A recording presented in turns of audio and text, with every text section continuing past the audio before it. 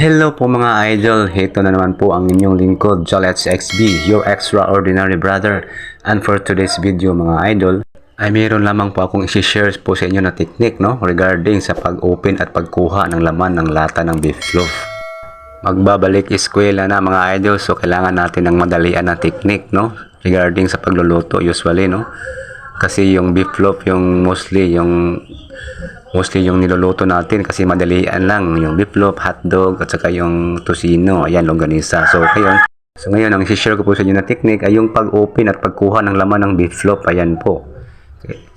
Open lang po natin yung isang dulo ng lata, ayan po, tapos isasalang natin sa nagliliyab na apoy ng stove. Ayan po, 3 to 5 seconds po lalabas tayo po yung laman ng beef loaf. Ayan, malinis at walang natitira sa lata, kaya walang masasayang. Ayan po, yan lang po ang pinakamadali na technique sa pagkuha ng laman ng beef loaf. Ayan po, 3 to 5 seconds labas na yung laman ng beef loaf. Ayan po, ayan yung beef loaf mismo lalabas na sa lata. Ayan, sana po ay meron po kayong tutunan na technique, at ang video na ito ay para lamang sa hindi pa nakakalam. So thanks for watching mga idol.